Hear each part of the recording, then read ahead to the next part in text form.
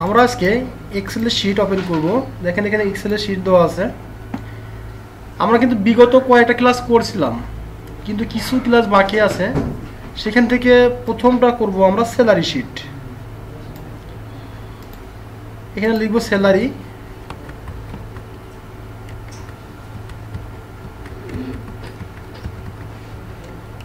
Salary sheet.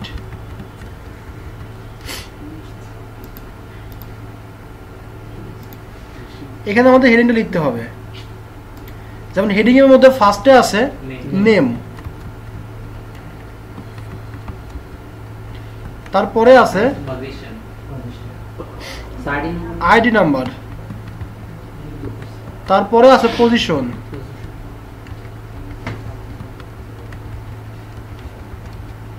পজিশনের পরে আছে বেসিক, হাউস রেন্ট,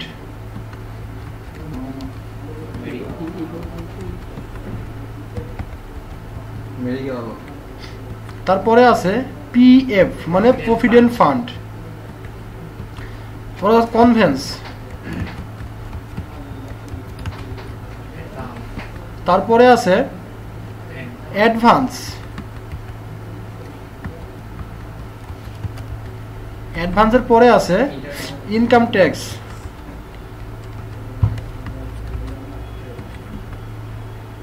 ইনকাম ট্যাক্সের পরে আছে। এখানে আমরা আর একটা জিনিস দেখব, হয়তো একটা মানুষ তো অ্যাবসেন্টও থাকতে পারে, তাই না? তাহলে এখান থেকে আমরা অ্যাবসেন্টের টাকাটা কিন্তু কোম্পানি দেবে না। যে কদিন অ্যাবসেন্ট করবে, ছুটিও নেয় নাই, সে ছুটি নেয় কিন্তু সে অ্যাবসেন্ট আছে, কিন্তু ওই টাকাটা সে পাবে না। কোম্পানি ওই টাকাটা বেসিক থেকে ওই টাকাটা কেটে নেবে। তাহলে এখানে আমরা ডিসেম্বর মাসের হিসাবটা করব। ডিসেম্বর মাসের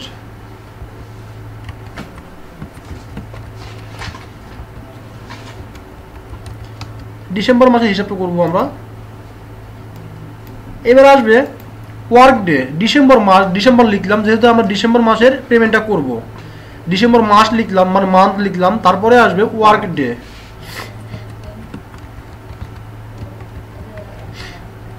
ওয়ার্ক ডে এর পরে আছে প্রেজেন্ট, সে কতদিন উপস্থিত আছে, প্রেজেন্ট ডে। প্রেজেন্ট ডে এর পরে আছে অ্যাবসেন্ট ডে।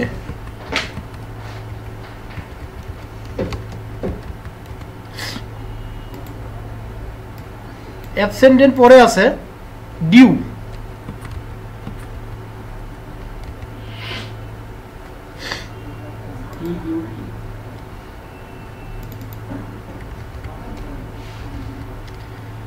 ডিউ এর পরে আছে পেমেন্ট, টোটাল পেমেন্ট।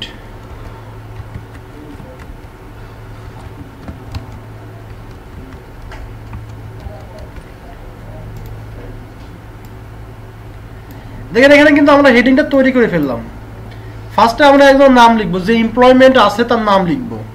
যেমন একজনের নাম তামান্না,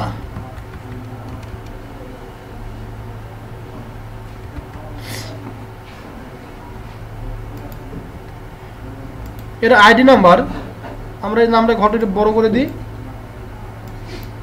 আইডি নাম্বার সাপোজ 14300074407, এটা হচ্ছে তার আইডি নাম্বার। তার পজিশন, যে কোম্পানিতে চাকরি করে সেই কোম্পানিতে তার পজিশনটা কি, আমরা এখন লিখতে হবে পজিশন। যেমন এরিয়া ম্যানেজার,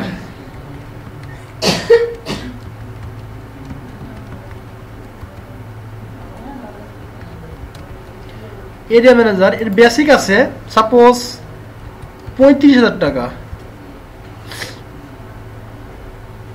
আর একজন আছে কাজল, এর আইডি নাম্বার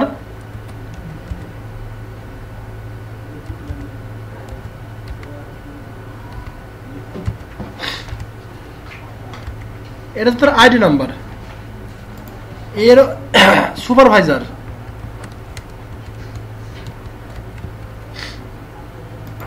এর বেসিক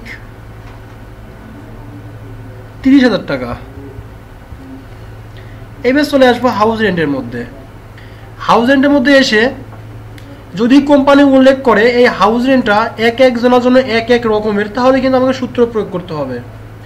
আর যদি এই রকমের থাকে যে সবার জন্য সমান, মানে যে এরিয়া ম্যানেজার সেও যে পার্সেন্ট পাবে, আবার যে ওয়ার্কার সে একই পার্সেন্ট পাবে, যদি এরকমের উল্লেখ করা থাকে তাহলে আমার সবার জন্য সমান থাকবে। কিন্তু ধার্য করা আছে সবার জন্যই এক, মানে একজন ম্যানেজার যদি 1 টাকা পায়, একজন ওয়ার্কারও 1 টাকা পাবে হাউস রেন্টের জন্য, মানে বাড়ি ভাড়ার জন্য। তো এখানে হাউস রেন্টের সবসময় বেশি হয়। এখানে সাপোজ মনে করেন যে সবার জন্যই ফিক্সড করে দেওয়া আছে এক একজনের জন্য এক এক রকমের। আর যদি এক একজনের জন্য এক এক রকমের না হয়, ফিক্সড করা থাকে, তাহলে কিন্তু অনেক সহজ। জাস্ট হাউস রেন্টের মধ্যে আমরা সমান সমান দিয়ে সূত্র প্রয়োগ করব। এই যে হাউস রেন্ট, এই হাউস রেন্টটা কিন্তু আসবে বেসিকের উপরে। তার বেসিক কত, বেসিকের উপর ডিপেন্ড করে তার হাউস রেন্টটা আসবে। তার বেসিকটা শুরু হয়েছে কোন জায়গা থেকে, D7 এর মধ্যে। তাহলে আমরা সমান সমান দিয়ে D7 কত পার্সেন্ট দিতে চাচ্ছে, মানে কোম্পানি হাউস রেন্টে কত পার্সেন্ট ধরছে। সাপোজ ধরছে 16% পার্সেন্ট দিয়ে দিই। কিবোর্ড থেকে যদি আমরা ইন্টারের উপরে চাপ দিই, তাহলে কিন্তু এর হাউস রেন্ট চলে আসবে। এ কত, মানে 16% দিয়ে সে কত পার্সেন্ট হাউস রেন্ট পাইছে, কত টাকা হাউস রেন্ট পাইছে। নিচের দিকে যদি আমরা আসি, নিচের রেজাল্টও পেয়ে যাবো আমরা। ঠিক একইভাবে যদি এই হাউস রেন্টটা যদি এইভাবে উল্লেখ করা না থাকতো, যদি এক একজনের জন্য এক এক রকমের উল্লেখ করা থাকতো, তাহলে কিন্তু আমরা সূত্র প্রয়োগ করতাম। সেই সূত্রটার মাধ্যমে আমরা এখন মেডিকেল অ্যালাউন্স বের করবো। মেডিকেল অ্যালাউন্স বের করবো সূত্রের মাধ্যমে। একই সূত্র দিয়ে আমরা হাউস রেন্ট বের করতে পারবো, না সরি, হাউস রেন্ট বের করতে পারবো, মেডিকেল অ্যালাউন্স বের করতে পারবো, প্রভিডেন্ট ফান্ড, কনভেন্স, তারপরে ইনকাম ট্যাক্স। একই সূত্র দ্বারা আমরা এই 5টা রেজাল্ট নিয়ে আসতে পারবো এক সূত্রের মাধ্যমে। জাস্ট শুধু পার্সেন্টটা চেঞ্জ হবে। তাহলে আমরা এখানে লিখবো সমান সমান ইফ যদি কোনো ব্যক্তির বেতন, যেহেতু বেসিকটা আছে D7 এর মধ্যে, তাহলে আমরা লিখবো D7। যদি কোনো ব্যক্তি D7 ওই ঘরের মধ্যে 50,000 টাকার সমান বা বেশি পায়, কত, 50-এর সমান বা বেশি,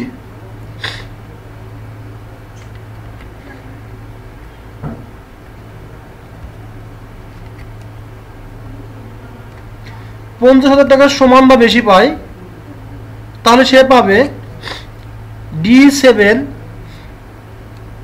ইন্টু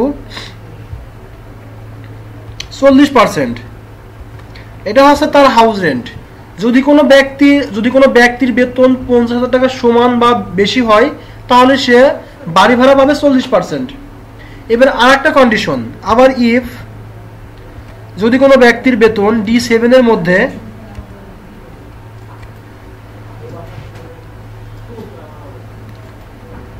40,000 টাকার সমান বা বেশি হয়। একবার বলা হয় যে যদি কোনো ব্যক্তির বেতন 50,000 টাকার সমান বা বেশি হয়, সে পাবে 40%।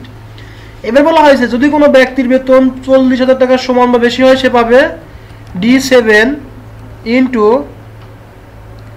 45%। পার্সেন্টটা কিন্তু বৃদ্ধি পাচ্ছে, তাই না? এদিক তার বেসিকটা কমতেছে, কিন্তু পার্সেন্টটা বৃদ্ধি পাচ্ছে। আবার ইফ যদি কোনো ব্যক্তির বেতন D7 এর মধ্যে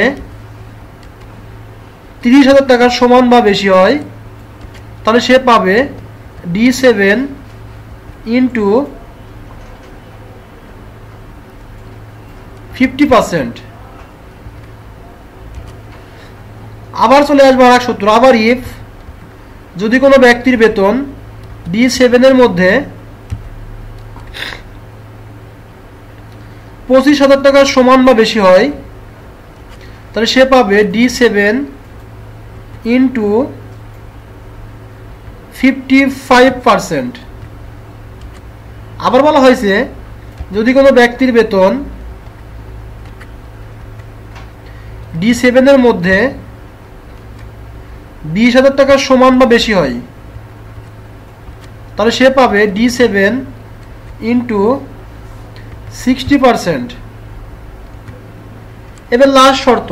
তাহলে এভাবে কিন্তু আমার শর্তগুলো উল্লেখ করতেছে আস্তে আস্তে। এবার চলে যাবে লাস্ট শর্তের মধ্যে, আবার ইফ যদি কোনো ব্যক্তির বেতন D7 এর মধ্যে এবার কিন্তু আর সমান সমান দেয় নাই, 20,000 টাকা সরাসরি কম। প্রথম বলা হয়েছে যদি কোনো ব্যক্তির বেতন 20,000 টাকা সমান বা বেশি হয় তাহলে সে পাবে 60%। এবার বলা হয়েছে যদি কোনো ব্যক্তির বেতন 20,000 কম হয়, এবার কিন্তু আমরা সমান সমান উল্লেখ করি নাই, সমান সমান উল্লেখ করলে কিন্তু ওই 60% এর মধ্যে সে পাবে। আর যখন এই 20,000 টাকা নিচে চলে আসবে তখন কিন্তু 60% পাবে আর বেশি পাবে। এইবার দিব যদি কোনো ব্যক্তির বেতন D7 এর মধ্যে 20,000 টাকার কম হয় তাহলে সে পাবে D7 ইন্টু সাপোজ 65%। তাহলে এভাবে কিন্তু আমরা প্রত্যেক জনের জন্য স্টেপ বাই স্টেপ তার কন্ডিশনগুলো উল্লেখ করলাম। এখন দেখবো এর মধ্যে কতগুলো ইফ দেওয়া আছে। ইফ দেওয়া আছে 1 2 3 4 5 6টা।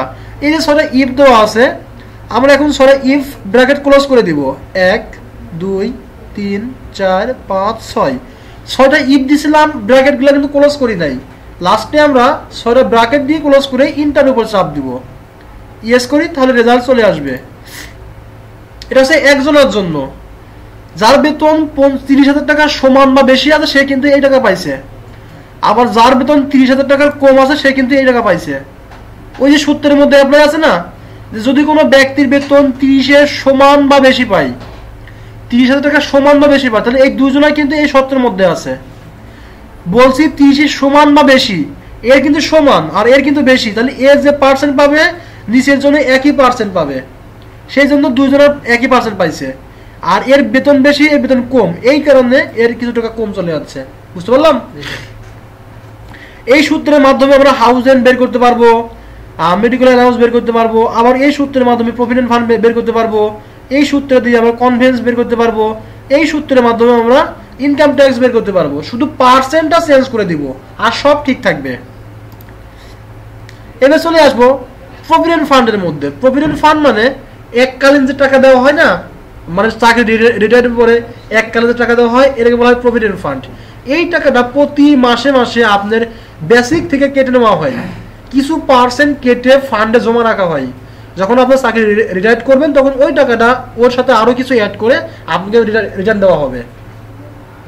সাপোজ ওই টাকাটা আমার ফিক্সড করা আছে, সবার কাছ থেকে 2% করে আমরা প্রতি মাসে তার বেসিক থেকে কেটে নেব।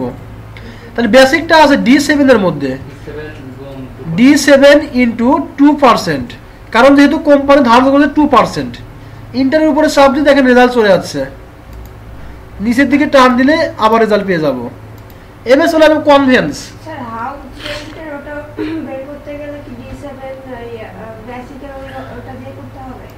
এই সূত্রটা প্রয়োগ করতে হবে স্যার। ওই সূত্রটা ওই যে আপনি দেখছেন D7 থেকে বড় সমান সমান, D7 থেকে বড় সমান সমান 50,000 টাকা, ওটা যদি D7 সমান সমান বড় দেওয়া যায় তাহলে সমস্যা না, কোনো সমস্যা নাই। হাউস রেন্টের ওটা বের করতে গেলে আমি ইকুয়াল টু D7 ইনটু 60% এটা দিব। যদি আপনার ফিক্স করা থাকে তখন আপনি যে ফিক্স করা থাকবে ওই পার্সেন্টটা উল্লেখ করতে হবে, আর যদি ফিক্স করা না থাকে সবার জন্যই এই রকমের থাকে তখন আমাকে পার্সেন্ট বাই পার্সেন্ট উল্লেখ করতে হবে। জি স্যার। এবার চলে আসবো কনভেন্সের মধ্যে। কনভেন্সটা হচ্ছে যাতায়াত ভাড়া। কনভেন্স যাতায়াত ভাড়া। যাতায়াত ভাড়া যখন এটা কোম্পানি থেকে একজন অফিসার যখন এটা কাজে যাবে সে কিন্তু নিজের পকেটে টাকা খরচ করবে না, অবশ্যই ওই টাকাটা কোম্পানি বেয়ার করবে। এখানে কিন্তু কিছু শর্ত উল্লেখ করা থাকে যে যদি ঢাকার বাইরে যায় তাহলে সে এত পার্সেন্ট পাবে, আর ঢাকার ভিতরে হয়ে এত পার্সেন্ট পাবে, তাহলে পার্সেন্টটা উল্লেখ করা থাকবে। যদি পার্সেন্ট উল্লেখ করা থাকে তাহলে তো ফিক্সড করা থাকলো, আর যদি পার্সেন্ট উল্লেখ করা না থাকে তাহলে আমাদের মেডিকেল অ্যালাউন্স যে সূত্রটা, মেডিকেল অ্যালাউন্স যে সূত্রের মাধ্যমে আমরা ব্যবহার করলাম ঠিক এই সূত্রটা প্রয়োগ করতে হবে। জাস্ট শুধু পার্সেন্টটা এলোমেলো হবে, আমার পার্সেন্টটা চেঞ্জ হবে। সাপোজ এখানে সূত্রটা সিলেক্ট করে দেওয়া আছে যে তার কনভেন্সটা কত হবে, এটা পার্সেন্টটা সিলেক্ট করে দেওয়া আছে।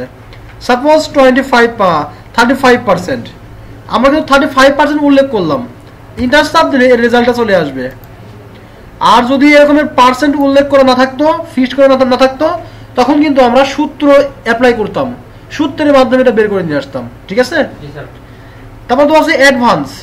যদি কেউ অ্যাডভান্স নেয় তাহলে আমরা এখানে অ্যাডভান্স উল্লেখ করব, আর যদি কেউ অ্যাডভান্স না নেয় তাহলে অ্যাডভান্স উল্লেখ করব না। সাপোজ এই লোকটা 10,000 টাকা অ্যাডভান্স দিছে, তাহলে কিন্তু আমরা অ্যাডভান্স উল্লেখ করলাম, তাই না? এবার চলে আসবো ইনকাম ট্যাক্স এর মধ্যে। ঠিক একইভাবে যদি ফিক্সড করা থাকে তাহলে আমরা ওটা পার্সেন্ট উল্লেখ করে দেব, আর যদি ফিক্সড করা না থাকে তাহলে ওই সূত্রে অ্যাপ্লাই করব যেটা আমরা মেডিকেল অ্যালাউন্স বের করলাম। সাপোজ এখানে ফিক্সড করে দেওয়া আছে, কত পার্সেন্ট ফিক্সড করে দেওয়া আছে? 3% ফিক্সড করে দেওয়া আছে। ইন্টারের উপরে চাপ দিলে এর রেজাল্টটা পেয়ে যাব। আবার যদি নিচের দিকে আসি তাহলে নিচের রেজাল্ট পেয়ে যাব আমরা। এবার চলে আসবো ডিসেম্বর। যেহেতু আমরা সূত্রটা মানে এই রেজাল্ট শিটটা মানে স্যালারি শিটটা তৈরি করতে ডিসেম্বর মাসেরটা, তাই না? এখন দেখতে হবে ডিসেম্বর মাস কত দিনে, ডিসেম্বর মাস কত দিনে? 31 ডিসেম্বর, তার মানে 31 দিনে মাস। তাহলে 31 দিন কিন্তু সবার জন্যই 31 দিন, তাই না? সবার জন্য তাহলে 31 দিন আমরা সিলেক্ট করে দিব, মানে প্রত্যেকের জন্যই 31 মাস। আমার জন্য 31 মাস, আপনার জন্য 30 মাস হবে তা কিন্তু হবে না। প্রত্যেকের জন্যই মানে ডিসেম্বর মাস প্রত্যেকের জন্যই 31 দিনে। এখন চলে আসবো ওয়ার্ক ডে এর মধ্যে। ওয়ার্ক ডে ডিসেম্বর মাসে আপনি কর্ম দিবস কত দিন? যদি প্রাইভেট সেক্টর হয় তাহলে কিন্তু আর শনিবার বন্ধ অফ ডে হবে না, শুধু শুক্রবার একদিন অফ ডে। তার মানে 4 7 28 60 দিন আপনি অফ ডে পাবেন, তাই না? তাহলে ওয়ার্ক ডে যদি আপনি 4টা শুক্রবার বাদ দেন, 31 থেকে যদি আপনি 4 শুক্রবার বাদ দেন তাহলে থাকে কত দিন? 31 থেকে 4 দিন 27। তাহলে 27 দিন হচ্ছে আপনার ওয়ার্ক ডে।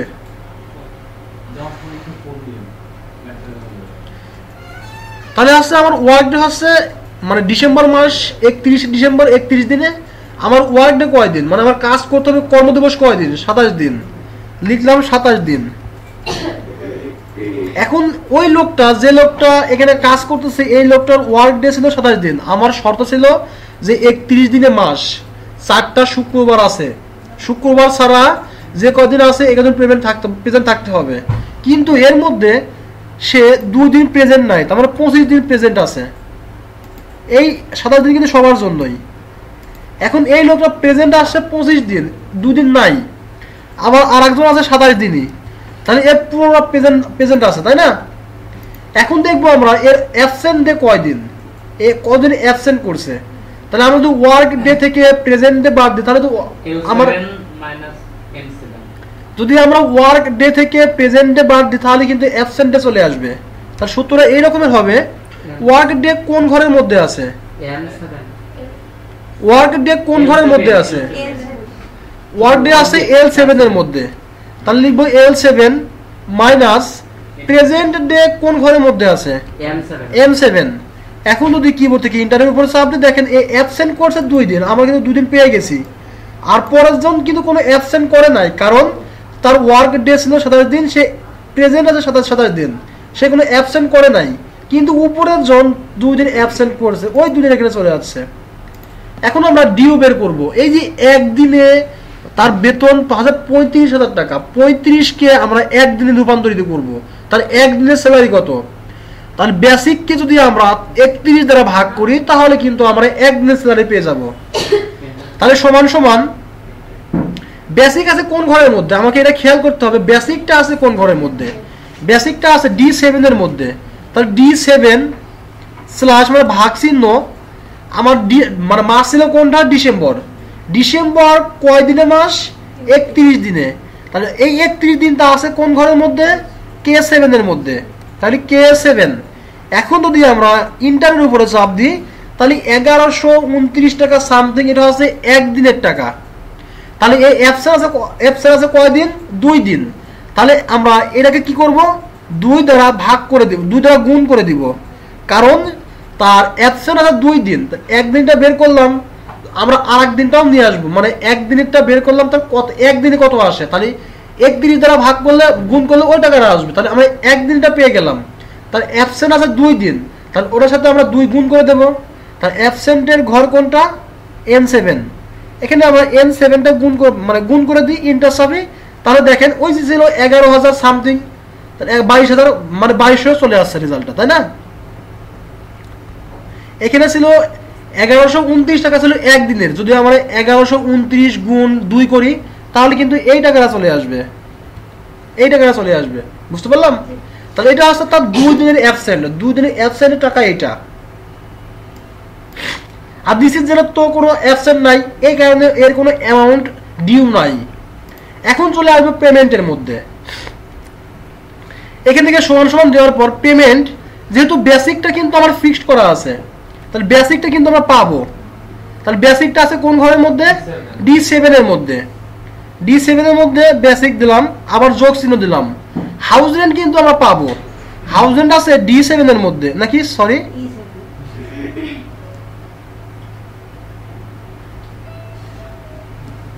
হাউস রেন্ট আছে E7 এর মধ্যে, তাহলে আমরা এখানে E7টা উল্লেখ করব। আবার দেবো প্লাস চিহ্ন। মেডিকেল অ্যালাউন্স কিসের মধ্যে আছে? এটাও কিন্তু আমরা পাচ্ছি F7।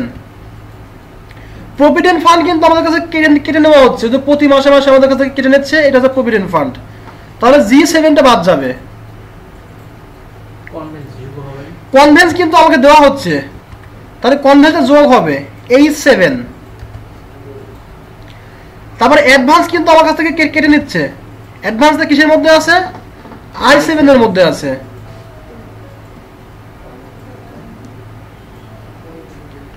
তারপর ইনকাম ট্যাক্স কিন্তু আমার কাছে কেটে নেওয়া হচ্ছে, তাহলে ইনকাম ট্যাক্স কিসের মধ্যে আছে? J7 এর মধ্যে আছে। আর এই যে এখান থেকে ডিউজ, এই ডিউজ কিন্তু আমার কাছে কেটে নেওয়া হচ্ছে, তাহলে ডিউজটা কোন ঘরের মধ্যে আছে? O7। ডিউজটা আছে O7 এর মধ্যে, তাহলে আমরা লিখবো O7। এখন যদি কিবোর্ড থেকে ইন্টারের উপরে চাপ দিই, দেখেন রেজাল্ট চলে যাচ্ছে, টোটাল রেজাল্ট এইটা। তাহলে আমরা বুঝতে পারলাম এখান থেকে কিভাবে রেজাল্টটা করতে হয়। এখান থেকে কিন্তু এই যে December, work day, present day, absent day, এইগুলো কিন্তু আর যোগ বিয়োগ হবে না, জাস্ট এটাই কিন্তু আমরা বের করে নিয়েছে রেজাল্টটা এইটা। তাহলে এটা যদি আমরা বাদ দিই তাহলে কিন্তু আমরা রেজাল্টটা পেয়ে যাবো। ওকে, তাহলে এই ছিল আমাদের